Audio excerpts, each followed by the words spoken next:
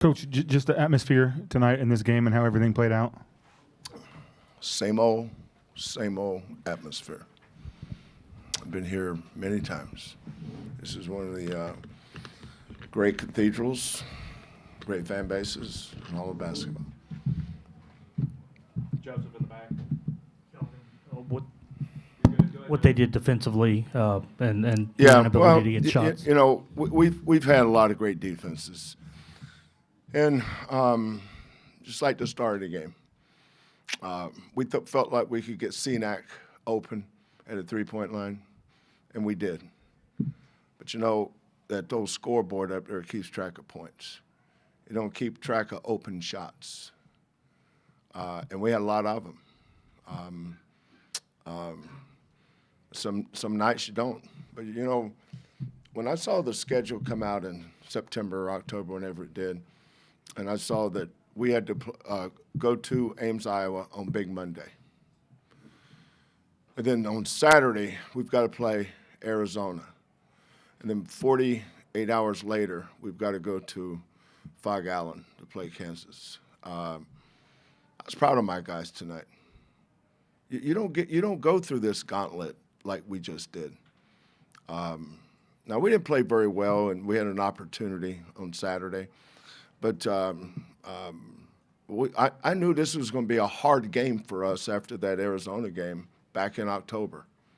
It's going to be a hard game for anybody that's got to play at Iowa State, Arizona, at Kansas, especially the Arizona-Kansas turnaround from a Saturday, Monday. So I told our kids back there, hey, look, I'm proud of you guys. We got down, we were up.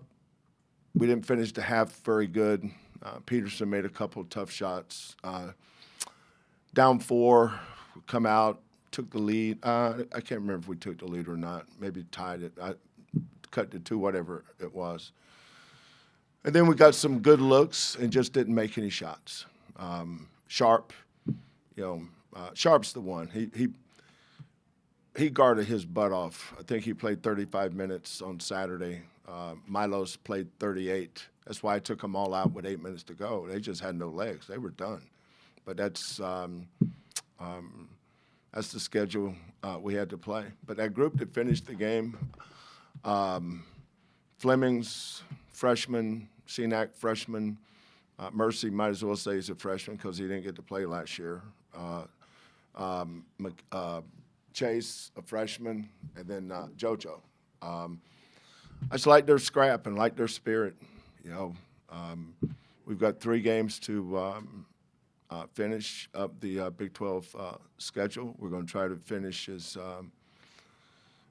good as we can. I think these 3 games, even though we're disappointed we lost them, it's not the end of the world and by any stretch of the imagination. I think we can take these opportunities to help us in March and get better.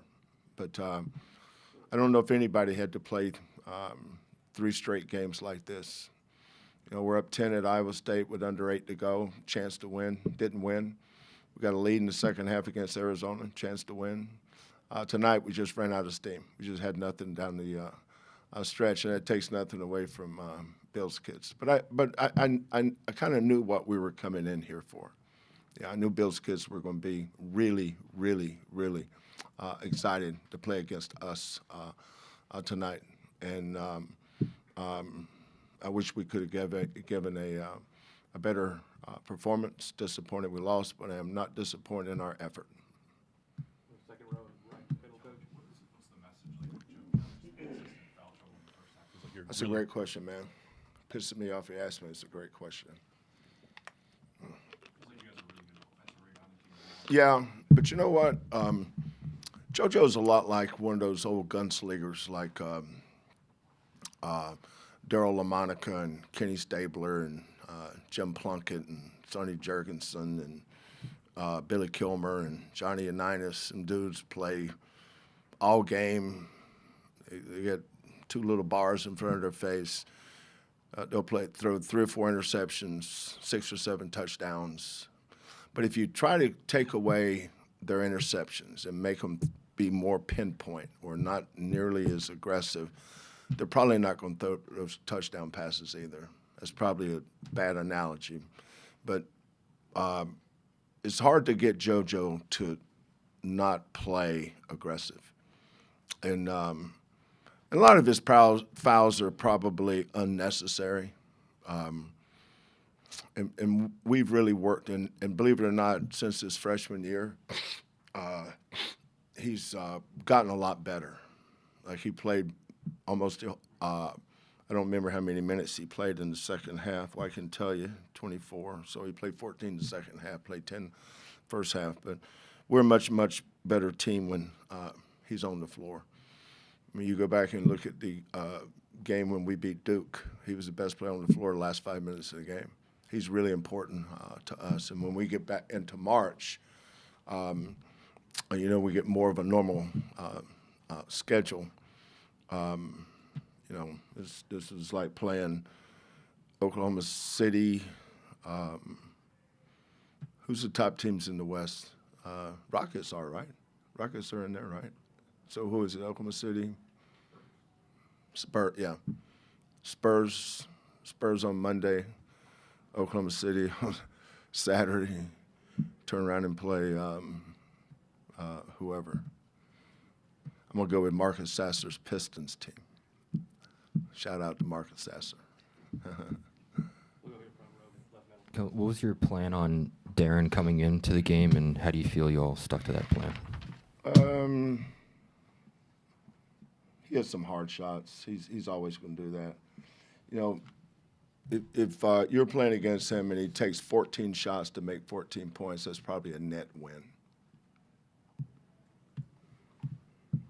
Coach, Melvin Council had a lot of plays, just kind of taking the ball, sprinting down the court, finding shooters. His end-to-end speed. Have you seen anything quite like that? Anybody who compares to him, and what'd you make of I've Trey seen White somebody as well? faster. It's called Jamal Shedd. Did you ever see him? He's pretty good. So, yeah, I've seen something like that before. But that's not to take anything away from him. You're not a Kansas fan, are you? Former Kansas graduate. God, it's a coincidence. On the national report. Yeah, but you're still a Kansas graduate. So the fact that you said, have you ever seen anything like that? That just reeks of Jayhawkness. So the answer would be, yes, I have, but he is impressive. He has a lot of great intangibles.